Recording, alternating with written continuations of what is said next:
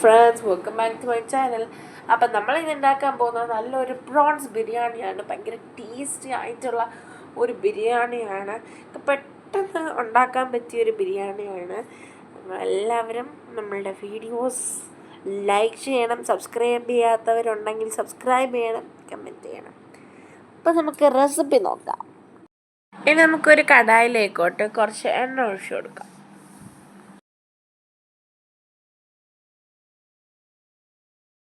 ഇനി നമുക്ക് ഈ ഒരു കടായിലേക്കോട്ട് ഒരു സവാള ഇതുപോലെ കട്ട് ചെയ്ത് ചേർത്ത് കൊടുക്കാം. അപ്പം നമ്മൾ ഈ സവാള എടുത്തിരിക്കുന്നത് വറുക്കാൻ വേണ്ടിയാണ്. നമ്മുടെ ബിരിയാണിക്ക് ടോപ്പിംഗ് കൊടുക്കാൻ വേണ്ടിയുള്ള ആ സവാളയാണ്.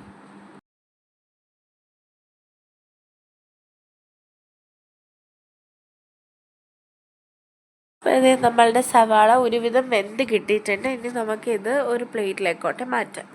എന്നിട്ട് ഇതേ എണ്ണയിൽ തന്നെ നമുക്ക് കുറച്ച് കാഷ്യൂ നട്ട്സും വറുത്ത് കോരിയെടുക്കാം.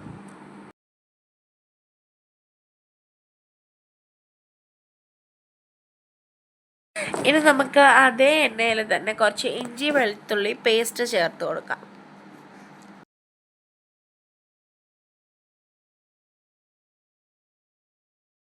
ഇനി നമുക്ക് ഈ ഇഞ്ചി വെളുത്തുള്ളി പേസ്റ്റിലേക്കോട്ട് കുറച്ച് സവാള ചേർത്ത് കൊടുക്കാം. ഇപ്പം ഞാൻ എടുത്തിരിക്കുന്നത് 5 സവാളയാണ്. ചെറുതും വലുതുമാണ് എടുത്തിരിക്കുന്നത്, അല്ലാതെ വലുത് മാത്രമായിട്ടല്ല എടുത്തിട്ടുള്ളത്.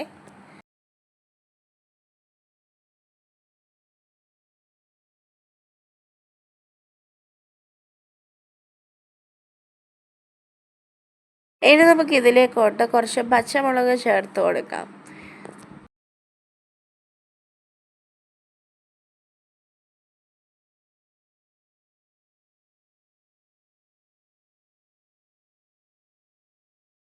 ഇനി നമുക്ക് ഇതിലേക്കോട്ട് നമ്മൾ കഴുകി വൃത്തിയാക്കി വെച്ചിരിക്കുന്ന കൊഞ്ച് ചേർത്ത് കൊടുക്കാം. ഞാനിപ്പോൾ എടുത്തേക്കുന്നത് 1/2 കിലോ കൊഞ്ചാണ്.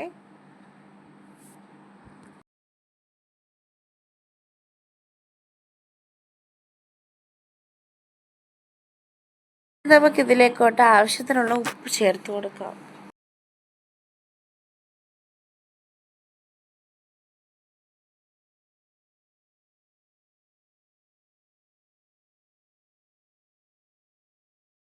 ഇനി നമുക്കിതിലേക്കോട്ട് കട്ട് ചെയ്ത് വെച്ചിരിക്കുന്ന ടൊമാറ്റോ, കുറച്ച് രമ്പയില, കുറച്ച് മല്ലിയിലയും കൂടെ ചേർത്ത് കൊടുക്കാം.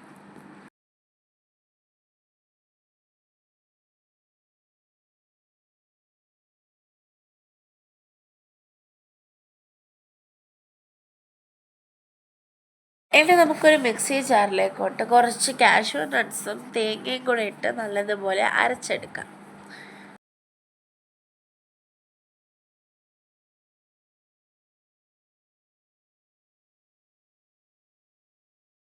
ഇനി നമുക്കിതിലേക്കോട്ട് കുറച്ച് മഞ്ഞൾപ്പൊടി, കുറച്ച് മുളക് പൊടി, പെരുംജീരകപ്പൊടി, കുറച്ച് ഗരം മസാലയും കൂടെ ചേർത്ത് നല്ലതുപോലെ മിക്സ് ചെയ്ത് കൊടുക്കാം.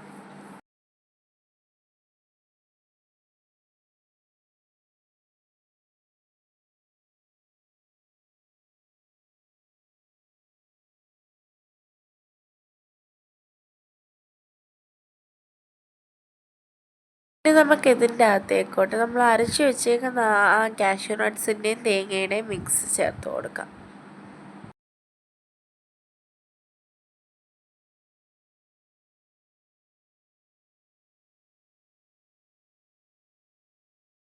ഇനി നമുക്ക് ഇതിൻ്റെ അകത്തേക്കോട്ട് കുറച്ച് ജീരകപ്പൊടി കൂടെ ചേർത്ത് കൊടുക്കാം.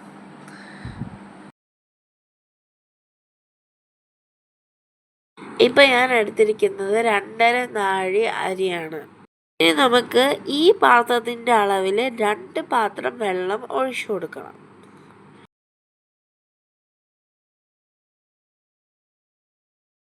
ഇനി നമുക്ക് ഇതിലേക്കോട്ട് കുറച്ച് പട്ട, ഗ്രാമ്പൂ, ഏലം, തക്കോലവും കൂടെ ചേർത്ത് കൊടുക്കാം. എന്നിട്ട് ഈ വെള്ളത്തിൽ കുറച്ച് ഉപ്പും കൂടെ ഇട്ട് 1 സ്പൂൺ നെയ്യും കൂടെ ഒഴിച്ച് തിളപ്പിക്കണം.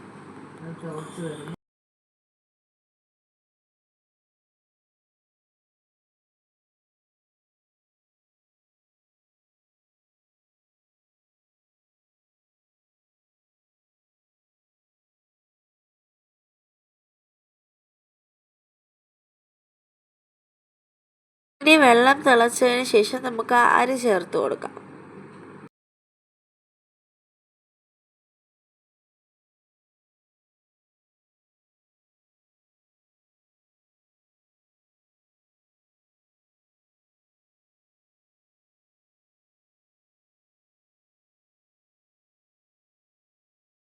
ഇപ്പോൾ നമ്മളുടെ റൈസ് റെഡിയായി കിട്ടിയിട്ടുണ്ട്. ഇനി നമുക്ക് ഇത് ദം ചെയ്യാനുള്ള സെറ്റപ്പ് ചെയ്യാം.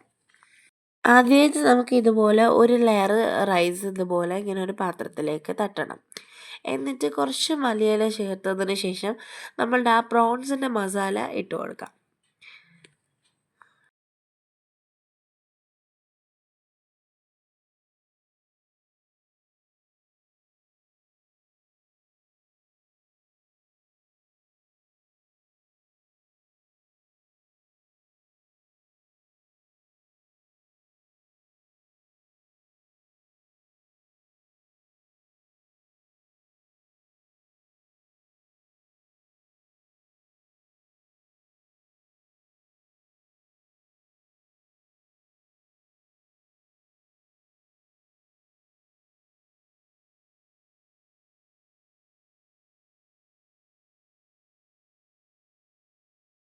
നമുക്ക് ഇതിൻ്റെ മേളിൽ കൂടെ നമ്മൾ വറുത്ത് വെച്ചേക്കുന്ന ആ സവാളയും കാഷ്യൂ നട്ട്സും ചേർത്ത് കൊടുക്കാം.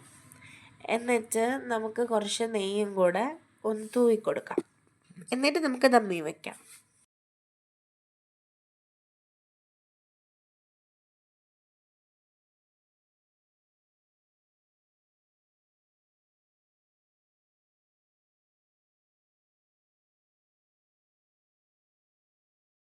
അപ്പോൾ ദമ്മിന് ശേഷം നമ്മളുടെ ബിരിയാണി നല്ലതുപോലെ റെഡിയായി കിട്ടിയിട്ടുണ്ട്.